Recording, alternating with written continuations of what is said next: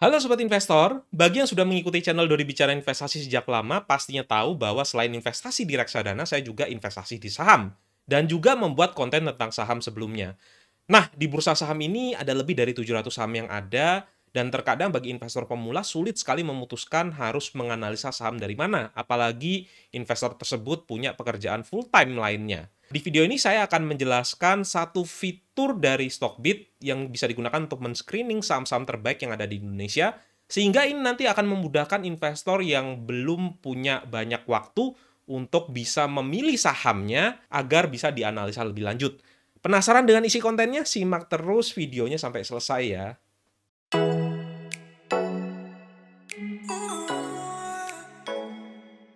Sobat Investor, selamat datang di Podcast 4% dan di channel Dodi Bicara Investasi. Podcast ini ditujukan untuk membahas perkembangan dana pensiun saya dan bincang-bincang topik seputar investasi setiap minggu, membahas secara pelan namun pasti untuk kaya. Dan video ini akan menjelaskan cara simpel untuk menggunakan fitur Stockbit Pro, yaitu stock screening, dalam memilih saham-saham yang akan dianalisa lebih lanjut lagi. Dan mengapa video ini saya ceritakan kepada sobat investor? Karena saat ini Stockbit akan melaunching aplikasi sekuritas terbarunya ya, di mana di sekuritas terbarunya akan ada fitur gratis Stockbit Pro untuk para nasabah yang mendaftar. Jadi ini menurut saya adalah momen yang tepat bagi sobat investor untuk mengetahui fitur-fitur apa saja, sehingga apabila nanti sobat investor cocok dengan Stockbit Pro, maka sobat investor bisa mendaftar ya. Pendaftaran untuk program Early Bird akan berakhir pada tanggal 10 September. Linknya sudah saya taruh di deskripsi. Sobat investor, sebelum kita masuk ke dalam aplikasi dari Stockbit, izinkan saya untuk menjelaskan apa sih tujuan dari stock screening tersebut. Ada lebih dari 700 saham go public yang ada di Indonesia, sehingga mustahil bagi kita untuk menganalisa satu persatu dari perusahaan tersebut. Tidak semua dari 700 saham itu kinerjanya bagus. Ada beberapa saham yang produknya kita ketahui, tetapi ketika kita buka laporan keuangannya ternyata isinya adalah rugi. Nah, untuk menghemat waktu, khususnya bagi kita yang memang masih punya pekerjaan full-time setiap harinya, maka kita perlu melakukan stock screening untuk bisa membuang saham-saham yang tidak sesuai dengan kriteria yang kita tetapkan. Nah, tetapi ingat sobat investor, sebenarnya stock screening itu bukanlah satu-satunya cara, melainkan merupakan cara pertama dari proses analisa saham kita sebelum pada akhirnya kita sampai ke keputusan. Dari stock screening tadi kita akan mengerucutkan 700 saham menjadi sekitar 20-40 saham. Kemudian dari 20-40 saham tersebut kita lakukan yang namanya analisa fundamental. Setelah kita tahu kalau perusahaan tersebut adalah perusahaan yang baik, maka kita lanjutkan ke valuasi. Dan ketika harga tersebut murah, maka kita bisa lanjutkan ke decision kita. Apakah kita mau membeli, kita masukkan ke dalam watchlist, kita mau hold, dan seterusnya. Nah, strategi investasi saham saya sendiri sebenarnya cukup sederhana ya. Saya ingin membeli perusahaan-perusahaan blue chip yang terbaik yang ada di Indonesia. Tentu saja dengan harga yang reasonable. Dan saya sudah membagi kriteria-kriteria screening perusahaan yang ada. Yang pertama adalah perusahaan tersebut harus blue chip. Dalam definisi dari blue chip sendiri adalah ada banyak sebenarnya, tapi saya memakai definisi market kapitalisasi itu harus lebih besar daripada 15 triliun. Kenapa kok saya pakai 15 triliun? Karena rata-rata perusahaan yang masuk di IDX 30 mayoritas itu punya market kapitalisasi lebih dari 15 triliun. Kemudian yang kedua adalah ada peningkatan penjualan setiap tahun. Untuk kriteria yang ini saya memiliki sedikit pengecualian ya, karena adanya pandemi sehingga kebanyakan bisnis-bisnis yang ada pada saat ini itu sedang mengalami penurunan. Di sini saya akan memakai revenue growth itu lebih dari 0%. Dan biasanya saya juga ada memakai peningkatan pada laba setiap tahunnya. Tetapi pada saat pandemi ini ternyata bahkan perusahaan-perusahaan terbaik pun mengalami penurunan laba. Sehingga kriteria peningkatan laba setiap tahun ini saya juga pending ya. Tetapi ketika seperti normal, ekonomi sudah mulai pulih, kriteria ini bisa kita tambahkan kembali. Dan yang berikutnya kriterianya adalah perusahaan tersebut harus profitable, dan profitable sendiri bisa dicerminkan dengan kriteria return on equity. Artinya saya ingin agar return on equity-nya itu cukup tinggi.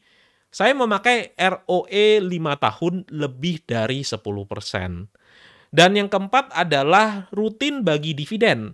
Dan saya memakai kriteria setidak-tidaknya perusahaan tersebut membagikan dividen selama 5 tahun terakhir.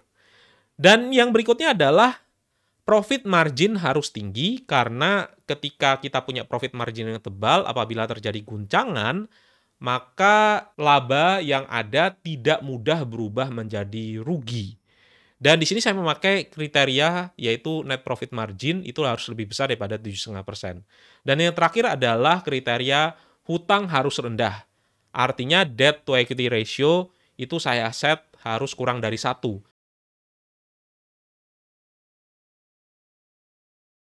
Kita sudah ada di dalam Stockbit dan kita bisa mengakses Stockbit ini melalui web dan juga bisa melalui HP.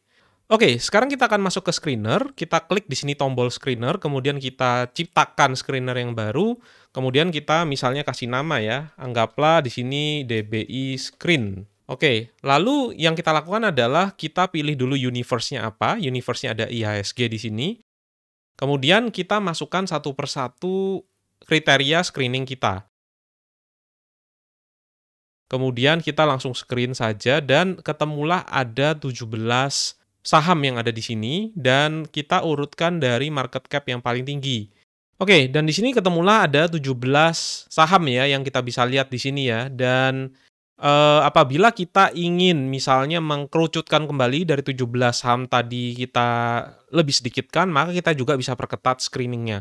Misalkan payment streak-nya yang kita ganti menjadi 8 kali gitu ya. Dan ada 13 saham yang ada di sini, Bank BCA, BRI, Telkom, Mandiri, Unilever, Bank BNI, Indofood CBP, Kalbe, Mayora, dan seterusnya. Saya rasa ini adalah perusahaan-perusahaan yang cukup bagus. Dan sobat investor bisa jadikan ke-13 ini sebagai pertimbangan untuk dianalisa lebih lanjut. Nah, di fitur Stockbit ini juga ada yang namanya metrik tambahannya. Misalnya saya ingin tambahkan current price to book value, atau price to book value saat ini, dan juga misalnya price to book value dalam 5 tahun terakhir. Kita juga bisa lihat ya, sekilas dari price to book value-nya, tapi ini bukanlah valuasi yang sesungguhnya ya, karena yang namanya valuasi itu tidak bisa memakai metrik yang cukup simpel tanpa kita analisa lebih dalam. Dan ada beberapa saham juga dari metrik ini yang ternyata dijual di rata-rata PBV lebih rendah dari 5 tahun terakhir. Misalnya Telkom, kemudian Bank Mandiri, kemudian ada Bank BNI, ada Indofood CBP, kemudian Kalbe, dan seterusnya. Nah, dari ke-13 ini, silakan sobat investor bisa lanjutkan analisanya, sehingga nantinya setelah benar-benar yakin, maka sobat investor akan bisa mendapatkan kesimpulan buy ataupun masuk ke dalam watchlist. Oke, dan selain fitur stock screener ini, sebenarnya Stockbit Pro itu juga memiliki fitur-fitur yang cukup sering saya pakai.